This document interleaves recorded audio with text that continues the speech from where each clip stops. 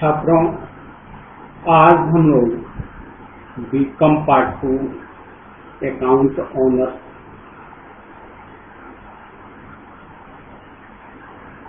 Fourth paper specialised accounting की चर्चा करेंगे। इसमें आज का हमारा टॉपिक होगा फाइनल अकाउंट ऑफ कंपनी। पिछले क्लासेस में हम लोगों ने पढ़ा था कि किस प्रकार से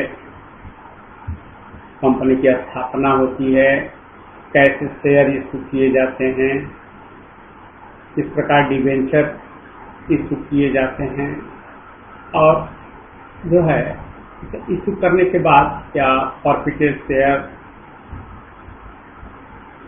और डिवेंचर की सारी चर्चाएं हम लोग कर चुके हैं और किस तरह से हम लोग अकाउंट तैयार करते हैं यह भी हम लोगों ने देखा है। अब आज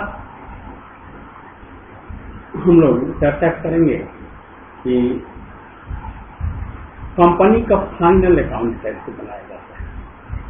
इस संबंध में जैसा कि हम जानते हैं कि इंडियन कंपनीज एक्ट 2013 के सेक्शन 128 सब सेक्शन 1 के अनुसार प्रत्येक कंपनी अपने पंजीकृत कार्यालय में प्रत्येक वित्तीय वर्ष के लिए लेखा पुस्तकें एवं अन्य आवश्यक बहियां व कागजात तथा वित्तीय विवरण तैयार करेंगी। यह व्यवस्था की गई है और रखेंगी जो कंपनी की आर्थिक स्थिति का सच्चा तथा उचित चित्र प्रस्तुत करेंगे। अर्थात उस तरह की बहियों को रखना है, उस तरह से उसका विश्लेषण करना है कि सही उसका चित्रण प्रस्तुत किया जा सके कि कंपनी की आर्थिक स्थिति क्या है, उसके पूंजी क्या है, देनदारियां क्या हैं, या अन्य जो भी हैं सारी रिकॉर्ड जो है हम लिखते हैं। तो इसमें हम बनाते हैं मुख्य रूप से बैलेंस शीट और स्टेटमेंट ऑफ प्रॉफिट। जैसा कि हम लोग सामान्य एकाकी व्यवसाय या साझेदारी व्यवसाय में हम लोग वहाँ भी फाइनल अकाउंट बनाते हैं, तो वहाँ हम बनाते हैं trading and profit and loss account और बैलेंस शीट। उसी तरह से यहाँ पर जो है ट्रेडिंग अकाउंट या पीएल अकाउंट ना करके उसको हम कहते हैं स्टेटमेंट ऑफ प्रॉफिट। और फिर जो है फाइनेंशियल पोजीशन की जानकारी के लिए हम बनाते हैं बैलेंस शीट। अब इसी में हम आज देखेंगे जो इसके प्रैक्टिकल क्वेश्चंस हैं, मैंने लॉन्ग आंसर न्यूमेरिकल क्वेश्चंस में पहला क्वेश्चन देखेंगे, क्योंकि इसका थ्योरी हम लोगों ने पिछले क्लास में उसका अध्ययन कर लिया है। हम लोग कई क्लासेज उसके हुए सीरीज के कैसे का फाइनल अकाउंट में क्या क्या परिस्थितियां हैं, क्या क्या तरीके हैं, वो सारी चीजें हम लोग जान चुके हैं। आज हम लोग इसका प्रैक्टिकल प्रॉब्लम बनाएंगे। तो इसमें हमारा होगा आज प्रिपरेशन ऑफ बैलेंस शीट। तो हमारा प्रॉब्लम नंबर 1 है और बुक है doctor SK Singh, SBPD publication. इसमें हमारा पहला जो क्वेश्चन है प्रॉब्लम 1 का दिया है कि from the following balances appearing in the books of Moon Limited prepare a balance sheet as per prescribed form. हमें बनाना है प्रेस्क्राइब्ड फॉर्म में, क्योंकि उसका हमने फॉर्मेट भी जो है बना करके आपको दिखा दिया था, उसको मैंने एक्सप्लेन भी कर दिया था पिछले क्लासेस में। तो अब हमें वहीं पर जितने जो भी अमाउंट है उस अमाउंट को बैठाना है, बस सिर्फ हमें, तो वही हमारे क्वेश्चन का सॉल्यूशन होगा। क्योंकि परीक्षा के ख्याल से हमें क्वेश्चन बनाने होंगे, या यदि हम कंपनी में किसी पद पर हैं या हम, तो वहाँ भी अगर उसका अकाउंट देखना हो या हमें स्वयं तैयार करना हो तो इसका हमको प्रैक्टिकल नॉलेज होना चाहिए। उसी के लिए यह जो है न्यूमेरिकल्स बनाए जाते हैं, ताकि अगर किसी तरह की परिस्थितियां आए तो उसको, क्योंकि साल के अंत में तो उसका हिसाब करना है, यह जानना है किसी भी बिजनेस के लिए कि पूरे हमारे व्यवसाय में लाभ हुआ या हानि, या हमारे व्यवसाय की आर्थिक स्थिति क्या है, तो उसी के अनुसार आगे की प्लानिंग की जाती है। तो ऐसी परिस्थिति में हमको यही देखना है कि किस तरह हम इसे सॉल्व करेंगे। तो दिया हुआ हमारा है, पार्टिकुलर दिया हुआ है, और इसी पार्टिकुलर की सहायता से हमें क्वेश्चन सॉल्व करना है। क्योंकि काफी लंबा क्वेश्चन है, तो ऐसी परिस्थिति में मैं आपको यही सुझाव दूंगा कि आप बुक को अपने सामने रख लें और जो भी मैंने बना करके दिया है या मैं जो आपको समझा रहा हूं उसे सुने, और सामने जो स्क्रीन पर है उसे देखें, और बिल्कुल आपकी समझ में आएगा, बशर्ते कि क्वेश्चन आपके पास रहेगा तब। इसीलिए मैंने बुक का नाम भी बता दिया। पुनः एक बार डॉक्टर SK सिंह द्वारा लिखित SBPD पब्लिकेशन आगरा की पुस्तक है। अब इसमें हम लोग बैलेंस शीट बनाएंगे इस क्वेश्चन। जैसा कि हम जानते हैं कि प्रोफार्मा के अनुसार अब जो है बैलेंस शीट में सबसे पहले हम लिखते हैं इक्विटीज एंड लायबिलिटीज। तो इसमें हमारा पहला है शेयर होल्डर्स फंड। अब शेयर होल्डर फंड में क्या होता है, तो पहला होता है शेयर कैपिटल, इसलिए ए में लिखा हुआ है शेयर कैपिटल। अब इसमें शेयर कैपिटल में दोनों शेयर एक साथ जोड़ दिया गया है। इसमें है कि 14% cumulative preference share of ₹100 each, मैंने 50,000 का है, और equity share at the rate of ₹10 each, यह है 2 लाख का। तो हम दोनों को इक्विटी शेयर और प्रेफरेंस शेयर दोनों को हम एक साथ जोड़ देंगे तो 2,50,000 यह हो जाएगी। इसके बाद इसमें बी आता है रिजर्व एंड सरप्लस। तो रिजर्व एंड सरप्लस हमारा है क्वेश्चन के अनुसार 1 लाख रुपया, तो हम लिख देंगे। और जैसा कि प्रोफार्मा देख रहे हैं नोट नंबर बना हुआ है, तो 1 और 2 हम दे दिए। इसके बाद सी में रहता है money received against share warrant.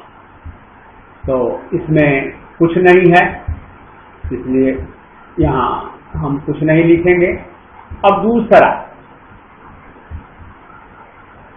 जो है, अब लायबिलिटीज, पहला तो हो गया हमारा शेयर कैपिटल। तो अब हम देखेंगे, तो उसमें हमारा मैंने इक्विटीज आया, इक्विटीज एंड लायबिलिटीज ऊपर में ही इसलिए हेडिंग दिया हुआ है। तो इक्विटीज हो गया। अब हम लायबिलिटीज में देखेंगे, तो लायबिलिटीज भी जो है 2 तरह का लायबिलिटीज होता है, हम जानते हैं, एक नॉन करेंट लायबिलिटीज और करंट लायबिलिटीज। तो पहले हम लोग प्रोफार्मा के अनुसार लिखते हैं नॉन करेंट लायबिलिटी। इसमें लॉन्ग टर्म बोरोइंग, तो इसमें 13% डिवेंचर है 1 लाख रुपए का, और long term loan from IFCI यह सिक्योर्ड है, यह है 2 लाख का। अब फिर हम आएंगे, तीसरा हमारा आइटम है करंट लायबिलिटीज। तो करंट लायबिलिटीज में ए बिल्स पेबल, और क्रेडिटर्स बिल्स पेबल हमारा है 60,000 और क्रेडिटर्स है 1,80,000। फिर आएंगे हम बी में, इसमें अदर करंट लायबिलिटीज। अब जैसे अदर करंट में एक तो हो गया कि करंट लायबिलिटी जो वास्तव में लायबिलिटी है, एक है होता है जिसे मान लीजिए कि लायबिलिटीज है, करंट है, तुरंत उसका भुगतान करना है, जैसे दिया है इसमें क्वेश्चन में वेरिएज आउटस्टैंडिंग, पिछले साल का जो बकाया मजदूरी है इस साल नेक्स्ट ईयर में भुगतान होगा, तो इसको लिखेंगे, ये है 20,000। और शॉर्ट टर्म प्रोविजन, इस प्रोविजन है प्रोविजन फॉर टैक्सेशन, टैक्सेशन के लिए प्रोविजन किया गया है। जब हमें, क्योंकि हम जानते हैं कि मार्च के अंत तक हमें पिछले यानी प्रीवियस ईयर का टैक्स देना होता है, तो उसके लिए पहले ही प्रोविजन कर लिया गया है 40,000 का, तो उसको लिख देंगे।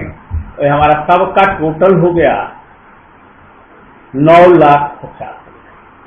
यह इक्विटी एंड लायबिलिटीज का टोटल हुआ। अब हम चर्चा करेंगे, अब इसके बाद एसेट्स की बारी आती है, तो अब हम चर्चा करेंगे एसेट्स की। तो हमारा एसेट जो है उसको अब नीचे हमारा सेकंड में होगा, इसमें सबसे पहला होता है non current asset.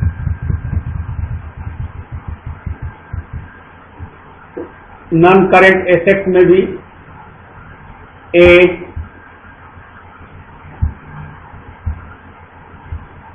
Fix asset,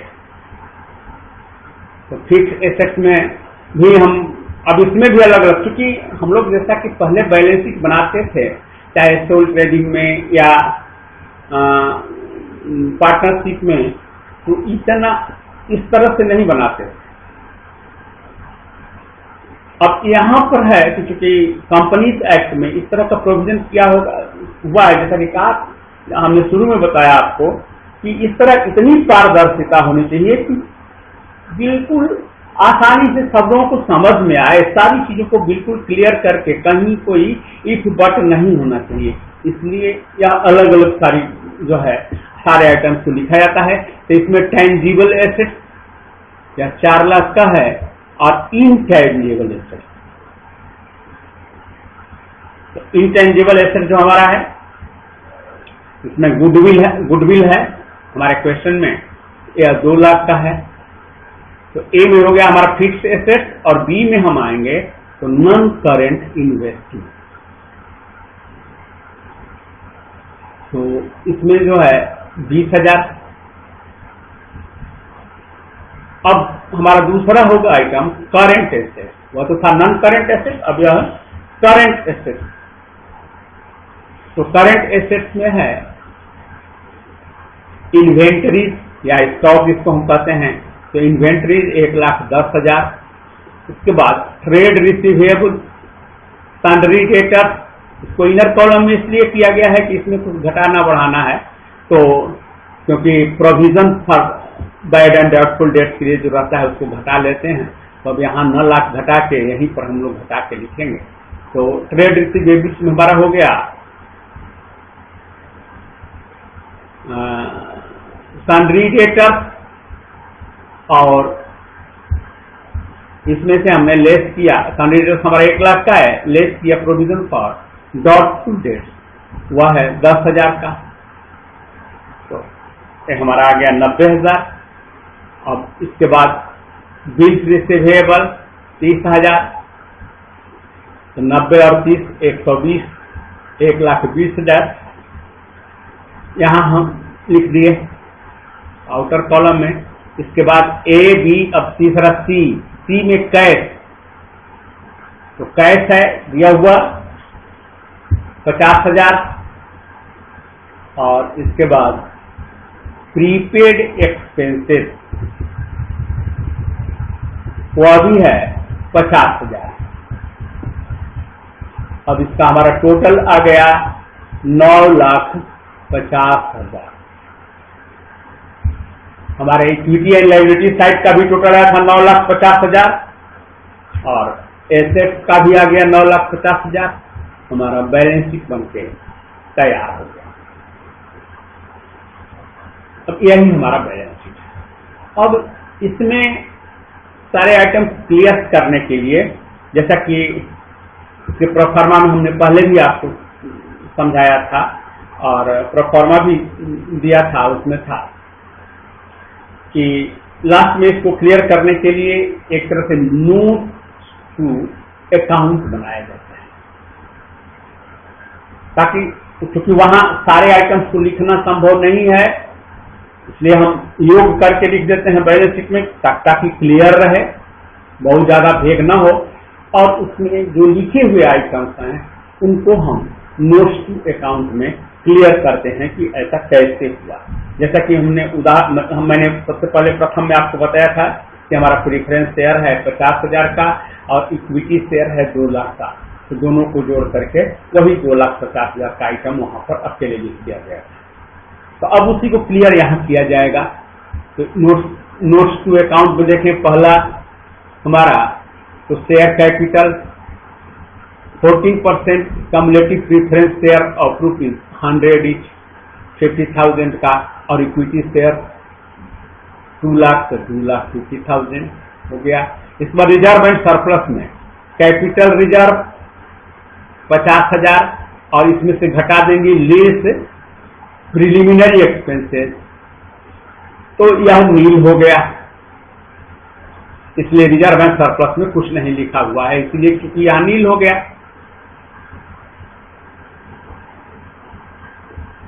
फिर जनरल रिजर्व 80,000 और सरप्लस है 20,000, इसी का वहां टोटल लिखा हुआ है 1 लाख। बैलेंस शीट में इसका टोटल हमने लिख दिया 1 लाख। तो तीसरा है फिक्स एसेट, तो टेंजिबल एसेट्स में लैंड है 2 लाख का और बिल्डिंग है 3 लाख का, जिसमें कि प्रोविजन फॉर डेप्रिसिएशन 1 लाख घटा करके 2 लाख। तो हमारा इसलिए टेंजिबल एसेट जो है वह 4 लाख, जैसा कि हम लोगों ने एसेट में लिखा था शुरू में, आप देखेंगे तो शुरू में लिखा हुआ है। तो यह हो गया हमारा नोट्स टू अकाउंट। अब हमारा क्वेश्चन पूरा बन करके तैयार हो गया। उसका इसी का एक पार्ट है क्लियर करने के लिए या नोट्स टू अकाउंट, और यह कंपलसरी है, करना चाहिए, क्योंकि आखिर पता कैसे चलेगा कि कैसे आपने जोड़ा, या तो फिर वहीं सब कुछ लिखना। तो क्योंकि अब जो है कंपनी अधिनियम, जैसा कि हम लोग पढ़ेंगे कंपनी अधिनियम 2013, तो 2013 में इस तरह की व्यवस्था की गई कि भाई इसको अलग नोट्स टू अकाउंट में बना के लिख दो। पहले से भी ऐसी व्यवस्था थी, ताकि बहुत भेग ना हो, बहुत लंबा थोड़ा ना हो, एक पार्ट में और सारी चीजें क्लियर रहे। तो यह हमारा हो गया क्वेश्चन नंबर 1। हमारा प्रॉब्लम 1 था वो हो गया। इसके बाद प्रॉब्लम 5 की चर्चा करेंगे। तो हमारा प्रॉब्लम 5 है, इसमें भी हम देखेंगे कि है statement of profit and loss and balance sheet. अब इसमें statement of profit and loss भी बनाना है और बैलेंस शीट, उसमें तो सिर्फ बैलेंस शीट था, इसमें दोनों बनाना है। तो अब चूंकि जैसा कि मैंने बताया कि क्वेश्चन तो आपको अपने सामने रखना होगा, काफी लंबे क्वेश्चन इसके होते हैं और आंसर भी उतने ही लंबे होते हैं। तो क्वेश्चन तो कुछ पता चलेगा कि एक पीरियड बीत जाएगा सिर्फ क्वेश्चन पढ़ने में, और वो पढ़ा हुआ आपके सामने रहेगा नहीं, तब तक आप उसको समझ नहीं पाओगे। तो इसलिए हम लोग आंसर की तरफ चलें। तो इसमें है, पहला है स्टेटमेंट ऑफ प्रॉफिट हम बना रहे हैं। ग्रॉस प्रॉफिट 10 लाख और रिवैल्यूएशन लॉस 4 लाख माइनस 3,60,000 बराबर 40,000 का भी लॉस है, एक तरह से माइनस में है ये आइटम, इसीलिए इस ब्रैकेट में लिखा हुआ है other income dividend and investment 10,000। Total जो हम रेवेन्यू की बात करेंगे तो हमारा हो जाएगा 9,70,000। कैसे? तो 10 लाख और 10,000, 10 लाख 10,000 में 40,000 घट गया तो हो गया हमारा 9,70,000। ये हमारा हो गया। इसके बाद पांचवा हमारा आइटम एक्सपेंसेस। तो imply benefit expenses 2,20,000, finance cost नहीं है। डिप्रिसिएशन 72,000 और अदर एक्सपेंसेस 58,000। तो इसको जब हम जोड़ दिए तो 3,50,000 हो गया। तो ये एक्सपेंसेस हो गए। यहाँ हमारा था टोटल रेवेन्यू और उसमें से इस एक्सपेंसेस को 3,50,000 को घटा दिया तो हमारा प्रॉफिट फॉर द पीरियड 6,20,000 आ गया। अब हम बनाएंगे स्टेटमेंट शोइंग सरप्लस। तो स्टेटमेंट ऑफ प्रॉफिट बनाए, उसके बाद अब स्टेटमेंट शोइंग सरप्लस। तो इसमें statement of profit and loss minus surplus balance 1/4/2018 का, तो ये हमारा है 20,000। प्रॉफिट ड्यूरिंग द ईयर 6,20,000, तो दोनों हो गया 6,40,000। और ट्रांसफर टू जनरल रिजर्व, क्योंकि 10% ट्रांसफर की बात कर रहा है इसलिए यहाँ हो गया 64,000। तो surplus to be carried to balance sheet 5,76,000।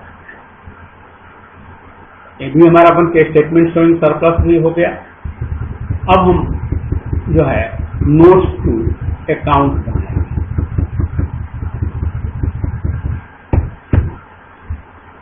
तो नोट्स टू अकाउंट में जैसा कि मैंने आपको बताया कि सबको क्लियर करने के लिए बनाया जाता है कि डिप्रिसिएशन जो है हमारा सब एक जगह वहां जोड़ करके लिखा हुआ था।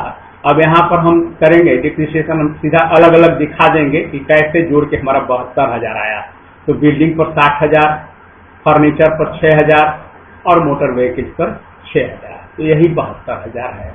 और अदर एक्सपेंसेज इलेक्ट्रिसिटी चार्जेस 25,000 और rate taxes and insurance 10,000, auditor fee 15,000, director fee 8,000, वही आया था हमारा 58,000 अर्थात 58,000 जो आया था। उसको भी हम लोगों ने क्लियर कर दिया कि कैसे आया 58,000। अब आगे हम लोग देखेंगे। अब तीसरा में कर दिया ट्रांसफर, इसलिए हमने इसको क्लियर कर दिया कि transfer to general reserve assume to be 10% of the profit earned during the year. तो ये हमारा हो गया। अब इसके बाद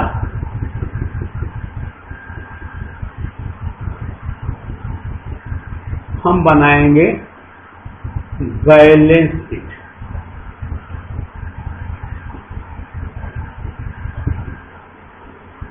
बैलेंस शीट में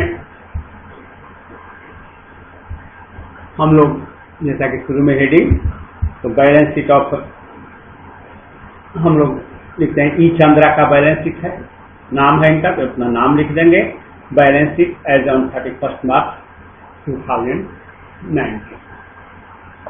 अब इसमें equities and liabilities, share holder fund. अब शेयर होल्डर फंड में हम लोग जानते हैं कि ये में शेयर कैपिटल 10 लाख है। रिजर्व एंड सरप्लस, इसमें जनरल रिजर्व 64,000 और सरप्लस है 5,76,000, जो कि हम लोग आगे कैलकुलेशन करके निकाले थे। तो सरप्लस हम लोग निकाल चुके थे, तो वही है 5,76,000। अब इसके बाद हम लोग लिखेंगे करेंट लायबिलिटीज। अब इसमें है ट्रेड पेएबल्स, सन्ड्री क्रेडिटर्स 3,50,000। अब सबका टोटल कर देंगे तो हमारा आ जाएगा 19,90,000। यह हो गया हमारा इक्विटीज एंड लायबिलिटीज का टोटल 19,90,000। अब हम एसेट्स की तरफ चलेंगे। तो एसेट्स में सबसे पहले नॉन करेंट एसेट, इसमें भी जो हमारा फिक्स एसेट देखेंगे नॉन करेंट में भी। Tangible asset 6,48,000, non current investment, equity share of companies 4 lakh. इसके बाद करेंट एसेट इसमें है स्टॉक इन ट्रेड, जो मार्केट प्राइस है वो है 3,60,000। इसके बाद हम बात करेंगे सन्ड्री डेटर, डेट ड्यू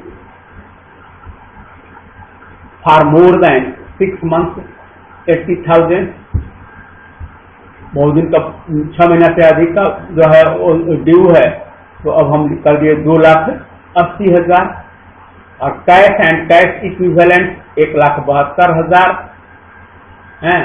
और उसके बाद short term loan and advance 1,30,000। अब इसका भी हम टोटल किए तो समूचा का टोटल हमारा आ गया 19,90,000। अर्थात हमारा इक्विटी एंड लायबिलिटीज और एसेट दोनों का जो है मतलब उसका टोटल इक्विटी एंड लायबिलिटीज का टोटल है 19,90,000 और इसका भी टोटल आ गया एसेट का भी 19,90,000। अर्थात हमारा बैलेंस शीट बनकर तैयार हो गया। अब जो टेंजिबल एसेट्स हम लोग एक जगह लिखे हैं 6,48,000, उसको हम लोग उसके लिए हम नोट्स टू अकाउंट बना करके इसको अलग से दिखा दे रहे हैं। आप भी परीक्षा के ख्याल से आप भी दिखा सकते हो, क्योंकि जैसा कि हम जानते हैं कि कोई भी एग्जामिनर या परीक्षा में जब इवैल्यूएशन करता है कॉपी का, तो यह चाहता है कि विद्यार्थी हर चीज को क्लियर जो है करे, क्योंकि सिर्फ सीधे जैसे यहाँ हमारा आ गया 6,48,000 लिखा हुआ है ऊपर में, जैसा कि आप देख रहे हैं यहाँ लिखा हुआ है टेंजिबल एसेट 6,48,000। आखिर कैसे आया 6,48,000, यह हमें दिखाना होगा। तो ऐसा चूंकि एग्जामिनेशन पर्पज से भी या हम यदि स्वयं कोई खाता बही तैयार करते हैं किसी कंपनी का, तो वहां भी हमको क्लियर करना पड़ेगा, क्योंकि हमसे प्रत्येक पदाधिकारी या प्रत्येक संबंधित लोग आकर के पूछेगा नहीं, इसलिए वो चाहता है कि हमारा ऐसा स्टाफ हो, हमारा ऐसा एम्प्लॉय हो, जो कि सारी चीजें एक बिल्कुल नियमानुसार इसीलिए इसका प्रेस्क्राइब प्रोफार्मा बना दिया गया है कि उसके अनुसार जो है आपको बनाएं। उसी तरह से अगर हम स्वयं इंटरप्रेन्योर हैं या हम बोर्ड ऑफ डायरेक्टर्स में हैं, तो हमें भी यह जानना होगा, तो हम भी ऐसा चाहेंगे कि हमें बिल्कुल वो सारी चीजें क्लियर मिले, कि कहीं किसी कोई परेशानी न हो देखने। तो उसी के लिए हम लोग बना देंगे notes to account tangible assets के लिए, जो चौथा हमारा आता है। तो इसमें बिल्डिंग हमारा है 6 लाख और डिप्रिसिएशन 10% है तो 60,000, 5,40,000 और फर्नीचर 60,000 का है, 6,000 डिप्रिसिएशन हुआ 54,000 और 60,000 का मोटर व्हीकल्स है, इस पर भी 10 डिप्रिसिएशन हो गया 6,000, 54,000, 5,40,000, 54,000 और इस 54,000 इसको जोड़ दिए तो आ गया हमारा 6,48,000। तो यही हमारा आया 6,48,000। मैं समझता हूं कि आप लोग इसको ठीक से समझे होंगे और आपकी समझ में आया होगा, क्योंकि जैसा कि मैंने पहले ही बताया कि इस चैप्टर में क्वेश्चन भी लंबे होते हैं और साथ ही उनके आंसर तो उनसे भी ज्यादा लंबे होते हैं, क्योंकि हमें जानना है परीक्षा के ख्याल से भी और अनुभव के ख्याल से भी हम जानना हमें जरूरी है, ताकि हम आगे भविष्य में आवश्यकता पड़ने पर हम कभी भी कोई अकाउंट तैयार कर सकें। तो हम इस ख्याल से ही यहाँ से आप लोगों को तैयार करते हैं, हम लोगों का कर्तव्य होता है। तो मैंने इस तरह से 5वां क्वेश्चन हम लोगों ने सॉल्व कर लिया। अब आज का क्लास यहीं समाप्त होता है। नेक्स्ट क्लास में फिर इसी चैप्टर से हम लोग आगे कुछ न्यूमेरिकल सॉल्व करेंगे। मेरा यही इरादा है कि आप लोगों को अधिक से अधिक क्वेश्चन में सॉल्व करा। बहुत से टीचर मान लीजिए बहुत जगह सीधे ही नोट्स ही डाल रहे हैं, लेकिन मैं इसलिए जानबूझ करके इसका वीडियो बनाने का मेरा उद्देश्य यही है कि हमारे छात्रों को कहीं कोई जो भी कंफ्यूजन है, कोई दिक्कत है, तो उस दिक्कत को जो है वह महसूस न करे, उसका समाधान उसको सामने मिल जाए। इसलिए मैं सामने हूँ और आपसे उम्मीद रखता हूँ कि आप इसको ठीक से देखें। हाँ, एक ही चीज का ध्यान रखिएगा कि क्वेश्चन बिल्कुल अपने सामने रखिएगा, अर्थात बुक का मैंने इसलिए नाम भी बता दिया, राइटर का नाम भी बता दिया, और साथ ही मैं इसके बावजूद भी आपको यह ऑप्शन देता हूं कि यदि किसी तरह का कोई कंफ्यूजन हो, कोई डाउट हो, तो आप बेहिचक कमेंट के माध्यम से हमसे जुड़ें और हमें बताएं। मैं जो भी आपको कंफ्यूजन होंगे उनको दूर करने का प्रयास करूंगा। तो अगले क्लास में हम लोग इसी चैप्टर को लेकर के पुनः उपस्थित होंगे। तब तक के लिए धन्यवाद।